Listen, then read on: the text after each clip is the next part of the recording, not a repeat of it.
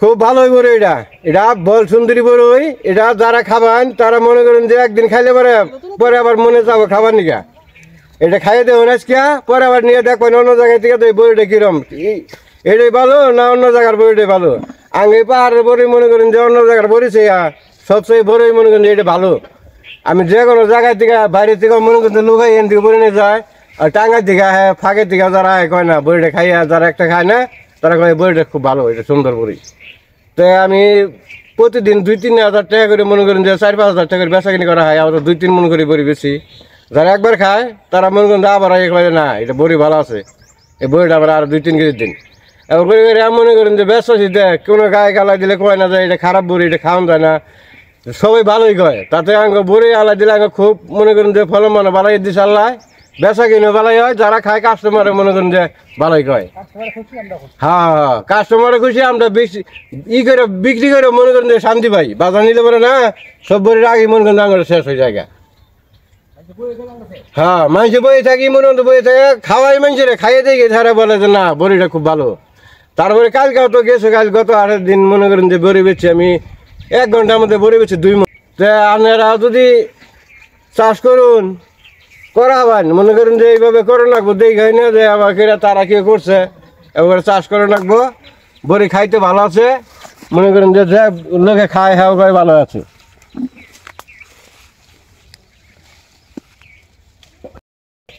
আসসালামু আলাইকুম, আমি মোহাম্মদ শফিকুল ইসলাম। টাঙ্গাইল মধ্যপুর গারাবাজার আমার বাড়ি। আমি বিগত 4 বছর যাবৎ কুল চাষের সাথে জড়িত।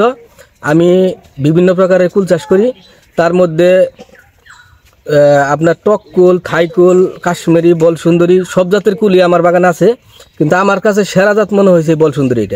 এটা অত্যন্ত মিষ্টি আর অত্যন্ত আকার বড়, অত্যন্ত ধরনশীল একটা জাত। আর এই যে বড় মানে এতটা সুস্বাদু, মানে আপেলের সামনে কিচ্ছু না আর কি, এত সুস্বাদু একটা জাত। আর এটা ব্যাপক চাহিদা বাজারে।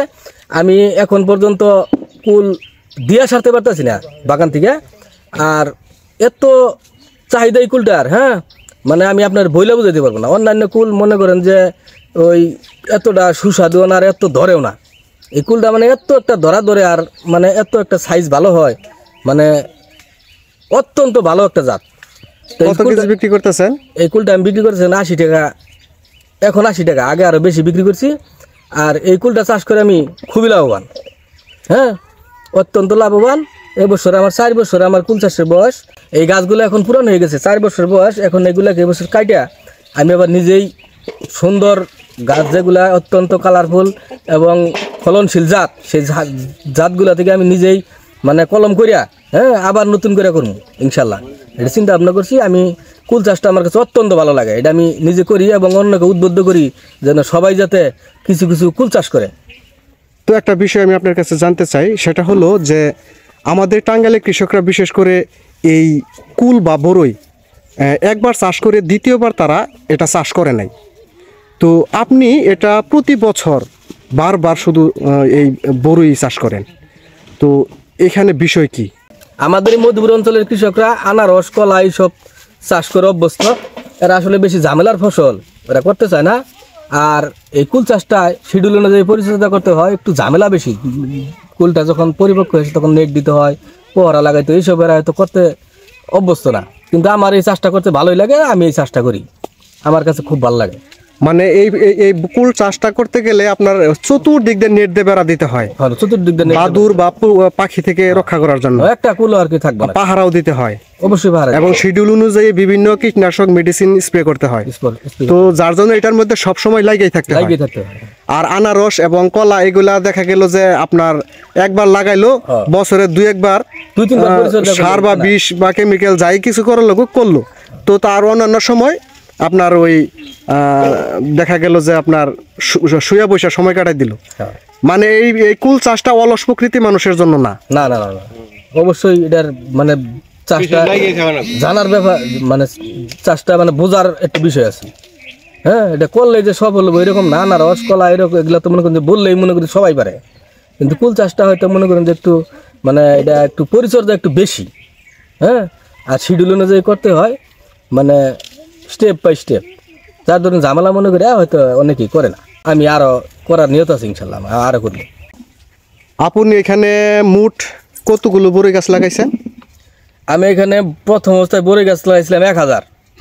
সেখান থেকে গাছ তখন ছোট ছিল, তখন জায়গাটা একটু কম লাগছে, তখন গাছ ধীরে ধীরে বড় হয়েছে আর মাঝখান থেকে একটা একটা উঠাই দিছি। এখন আমার এখানে 500 গাছ আছে, 500 বলসুন্দরী গাছ। তার মানে গাছ বড় হয়ে গেছে, জায়গার দরকার, প্রয়োজন, যার জন্য কিছু গাছ ছাঁটাই করে দিছেন। ছাঁটাই করে দিছি। তো আসলে এই কুল চাষটা যে করতেছেন, এইটার প্রথম থেকে শেষ পর্যন্ত, মানে এই যে বড়ই এখন উঠাচ্ছেন বা কুল উঠাচ্ছেন, এটার পরিচর্যা চাষ ব্যাপারে যদি বলতেন। আসলে এটা পরিচর্যা তেমন না, বুঝা করলে যথেষ্ট, বুঝছেন। এটা মানে তেমন এটা রোগবালাই নাই, কিন্তু 15 দিন পরে পরে ছত্রাক, কীটনাশক এইসব দিলে যথেষ্ট। আর ফুল আসার আগে একটা হরমোন, তারপরে আপনার ওই কিছু হালকা পিজিআর এগুলা দিলে যথেষ্ট। আর আপনার ওই সুষম সার প্রয়োগ করলেই এনাফ, এইটুকু পরিচর্যা। বছরে কয়বার সার দিতে হয়? বছরে আপনার দ্বিতীয় বছরে গেছে 2-3 বার সার দিলে এনাফ, 2 বার সার দিলে এনাফ, 2 বার লাগে না। বছরে 2 বার সার? বছরে 2 বার সার দিলে। আর এর মধ্যে দেখা গেল গাছের মধ্যে কোন পোকা বা কোন মাকড়ে আক্রমণ করছে ওইটা দেখা বুঝা কীটনাশক প্রয়োগ করতে হয়, কিছু স্প্রে করতে হয়, মানে ওইটা গাছের অবস্থা বুঝা, গাছের অবস্থা বা আক্রান্ত হয়েছে কিনা। আক্রান্ত না হলে তার দেওয়ার দরকার না, না আক্রান্ত না হলে দরকার নেই, কিন্তু 15 দিন পরে পরে মানে আমরা কীটনাশকটা দিয়ে যাই। 15 দিন পরে? 15 দিন পরে পরে, মানে এটা ফুল আসার পরে না, এটা প্রথম অবস্থা থেকেই, ফুল আসার পরে না, এটা আমরা ওই শুরু থেকে দিয়ে যাই। 15 দিন পরে পরে ছত্রাকনাশক, কীটনাশক এগুলো আমরা দিয়ে যাই।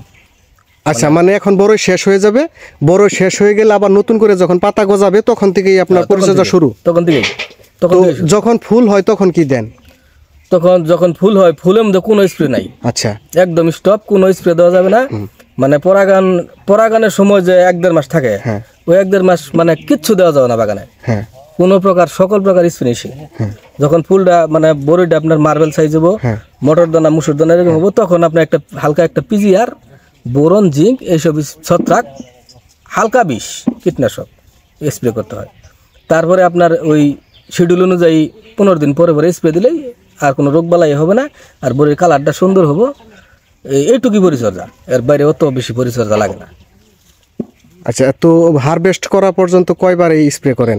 15 দিন পর পর? 15 দিনের পর পর, এটা কয়বার গোনা না। মানে মার্বেল আকার ধারণ করার পরে আপনার এই হারভেস্ট পর্যন্ত 15 দিন 20 দিন পর পরে স্প্রে করেন? 15 দিন পর পর স্প্রে করলে। 15 দিন পর পরে? 15 দিন পর পর।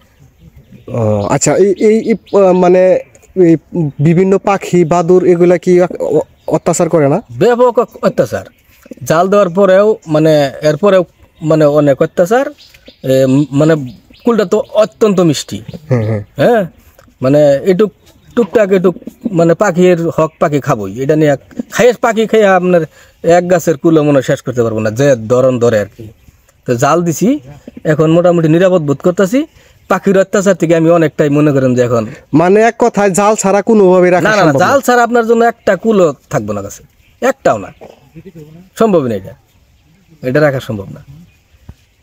তো যাই হোক, বাংলাদেশে অনেক উদ্যোক্তা তৈরি হয়েছে, অনেক উদ্যোক্তা এই কুল চাষ করেছে, চাষ এখনো করছে, বা অনেকেই চাষ বাদ দিছে।